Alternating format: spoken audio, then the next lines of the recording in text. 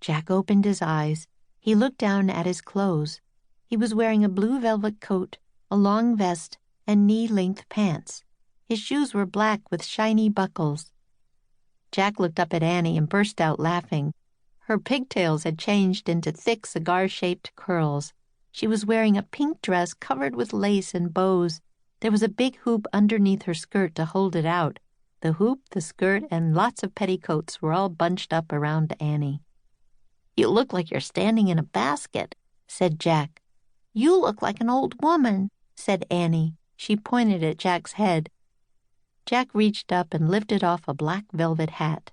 But something else was on his head, too. He pulled off a white wig with curls on the side and a ponytail in the back. "A wig?" said Jack.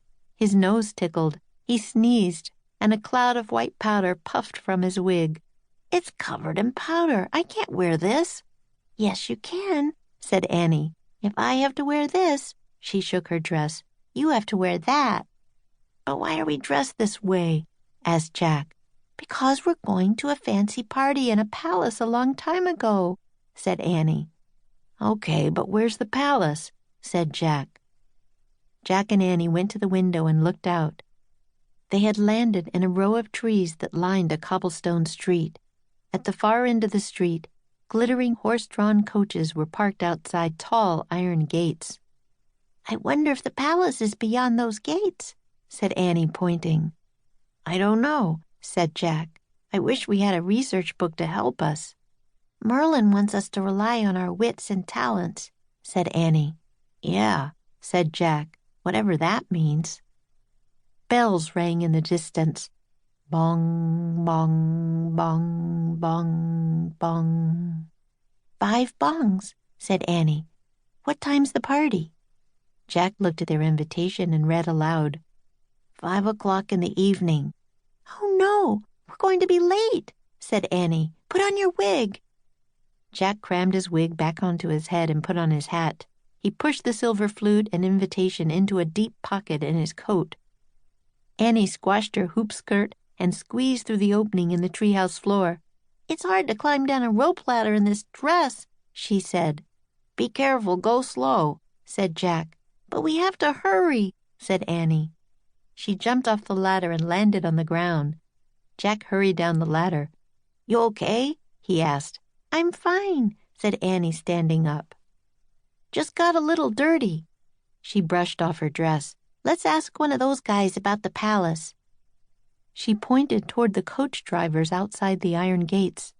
"Hurry!" Annie started to run. Her skirt swung wildly from side to side like a giant bell. "Slow down," said Jack, rushing to catch up with her. "You can't run in that big skirt. You look ridiculous. Besides, we need to discuss our mission before we go to this party." "It's simple," said Annie. "We're looking for a brilliant—" "I know, artist," finished Jack. "But how do we find this person?" "We'll get to that part soon enough," said Annie. "First, let's find the party." Jack and Annie walked toward the fancy coaches parked near the gates. "Where's our invitation?" asked Annie. "Here." Jack pulled the invitation out of his pocket. "Excuse me," said Annie, walking up to the driver of a golden coach pulled by 2 white horses. "We're looking for the Summer Palace." Jack showed their invitation to the man. The driver nodded approvingly. "Ah, so you are guests of the imperial family," he said. "But why are you arriving on foot? Where is your coach?" Our driver let us out back there," said Annie, pointing down the street. "I fear he let you out too soon," said the driver. "You still have quite a distance to go." "We do?" said Annie. "Yes," said the driver. "I have already delivered my employer and his family to the palace. I was waiting here until the party ended, but if you like, I can take you there. Young nobles should always arrive by coach." "Oh, thanks," said Annie. Jack straightened his shoulders and tried to look noble. "My name is Joseph," said the man. "Come, let me help you up." Joseph held out his hand.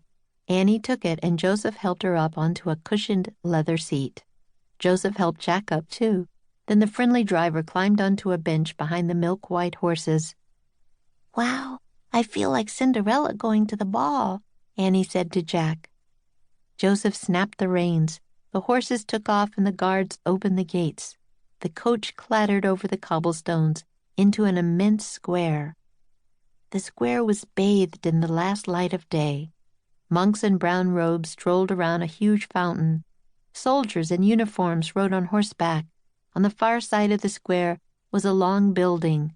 It had bright yellow walls and dozens of windows that flashed with the light of the setting sun.